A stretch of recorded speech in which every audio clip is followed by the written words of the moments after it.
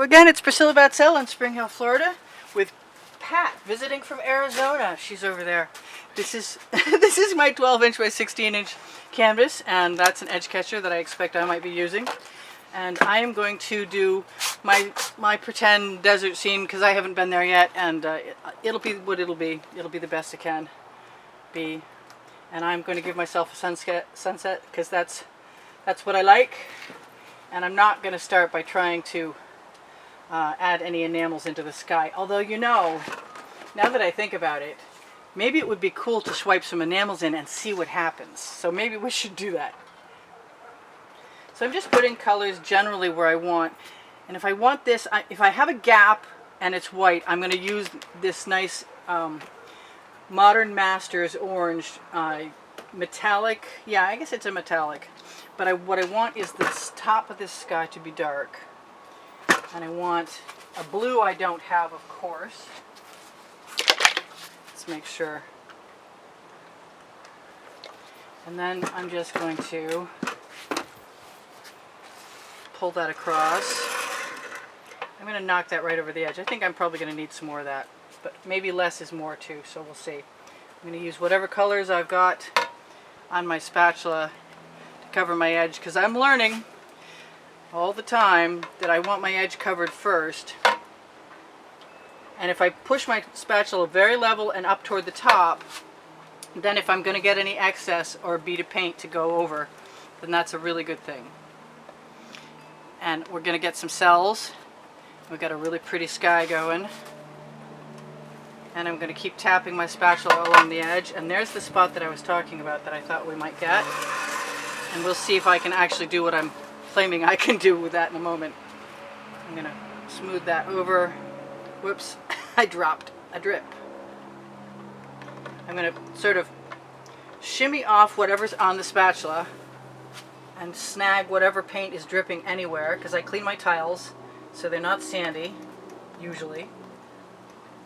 No sandstorms lately, fortunately. It happens. Alright, so I'm going to take this, go right across there. I'm going to lay my spatula as flat as I can. Oh, I like that curve in the sky. And then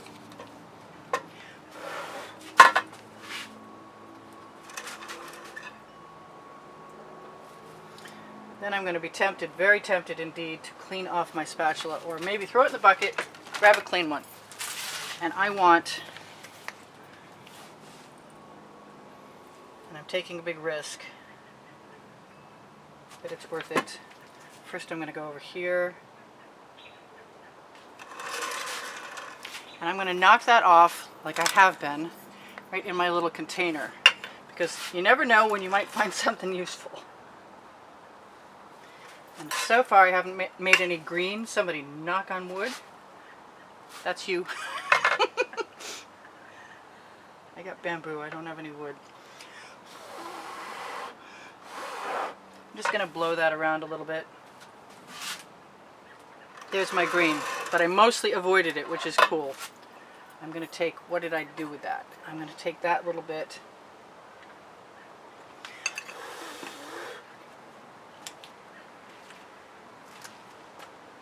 Alright, so now what I want to do, other than throw that in the bucket again, is grab that container, and I'm going to put some of the Folk Art gloss enamel right in the bottom of it, because we were looking for cells. Now, I never did put any of the enamel in the top. And I'm very tempted to experiment by putting a little bit of the gloss enamel in the bottom. And I kind of want some darker, excuse me, some brighter orange. I'm just going to keep putting colors. Hopefully I shook that in.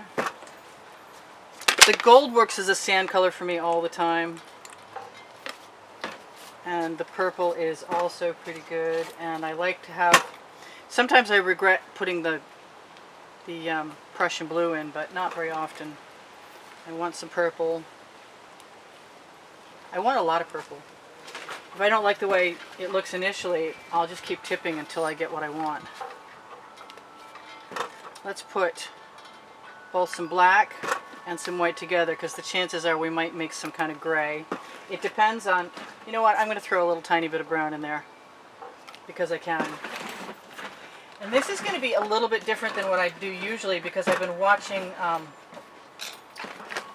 oh boy, Mina V, and she does this layering over, she does this.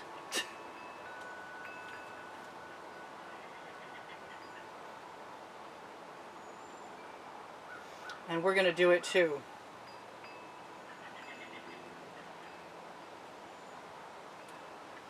And I'm going to just keep adding interesting patterns to my mix. And I know what she does is add color around to spread the paint. It's cold here today, very cold here today, so really and truly, we're not going to worry about how fast the paint is going to dry. I am going to take all of the paint right out. This might be extremely surrealistic and not very desert-like at all, but it's going to be fun no matter what. And I put my edge catcher down right behind me. And I had a bigger one. What did I do with it? Did I put everything on it? Yeah, I did. Okay. I'm going to get a couple bottles out of the way. I'm going to throw my container in the bucket in case I need it again. We'll see. And what I usually do at this point is decide if I want something else in there and throw it in. Because I can.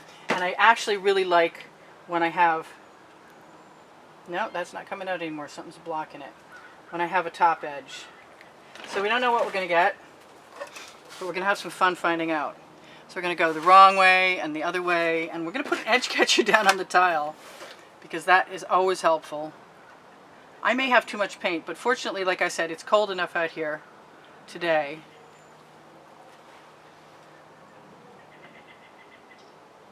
I usually say I like the enamels because there seems like there's a whole lot more control.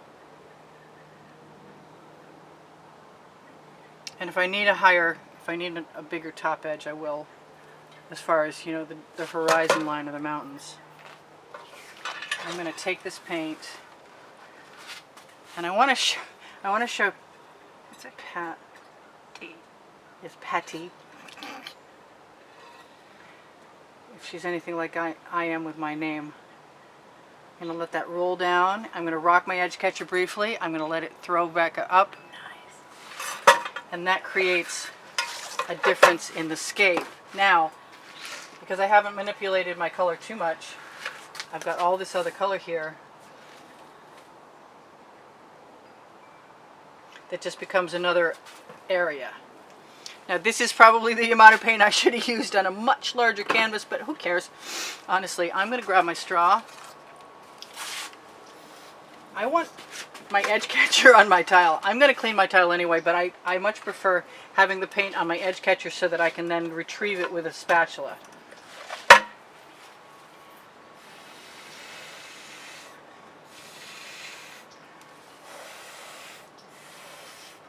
I'm just filling in gaps.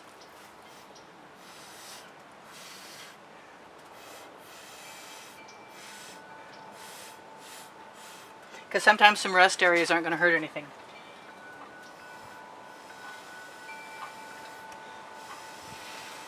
You're just letting the picture sort of dictate what it wants. And I think that blue is nice, but I want some purple as well. And I'm contemplating seeing what will happen when we tip all of that up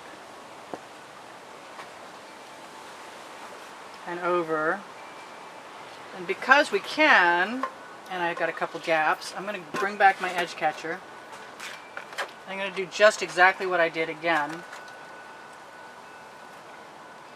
I've got Patty's on the wrong side.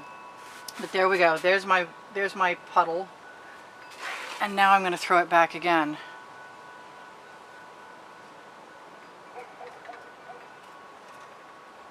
I'm going to rock my edge catcher. I've got paint residuals. I got a really cool landscape. I got some mud, but that's okay because I was using brown paint, so I'm not going to beat myself up too badly for that. I'm going to let that drip right down on there. because they make nice rocks. It's all good. You just got to let it have its way with itself. And I am covered, and now it is time for me to decide if there's anything else I want to do. Like add another dimension to my scape, which doesn't bother me at all. Let that go right over the side. Throw your spatula in the bucket, that way maybe I won't use it. Time to torch. I'll show you guys right now while we torch. And maybe, just maybe, I want to check one more time to see if there's anything I want to do. Which is just blend out a little bit.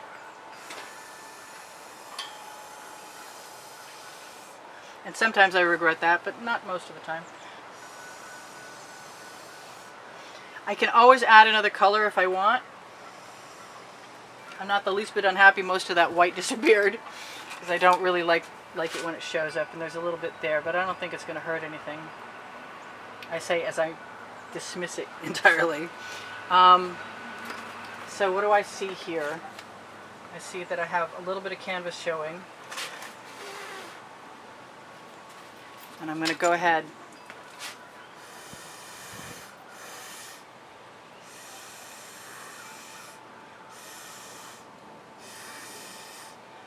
I don't like it when I see canvas. I gotta say, I want that to be gone. And I can swipe again, or I can add what I consider a cloud. Oh, we got some nice blue horizon. That's cool.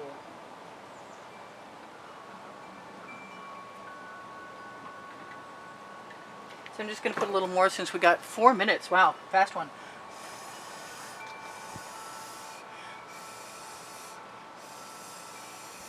Might be because it's cold. If I don't like what I've got, I'm going to bring my little spatula in and just pounce it across. Find some wet paint. Spread those clouds right out. Sort of blend them into the horizon, make them look a little more natural. And as long as I'm pouncing and not swiping, I'm not going to blend colors as extremely. I think I want that to go up there. And that's dark enough blue. Can I touch that up and not have it be worse? Not really. Alright, I'm just going to grab a little. I'm not touching that. I'm all done. That'll settle down in a minute. She said very hopefully. Alright, that's interesting. It's because it's cold today and things are gloppy. But I promised you I would let you see that. And that's pretty cool. We could stick a couple cactuses in there tomorrow if we wanted to. Like I said, it's 50, 60 degrees out here today, and it was freezing last night. There was ice on stuff, so we're kind of being brave being out here right now.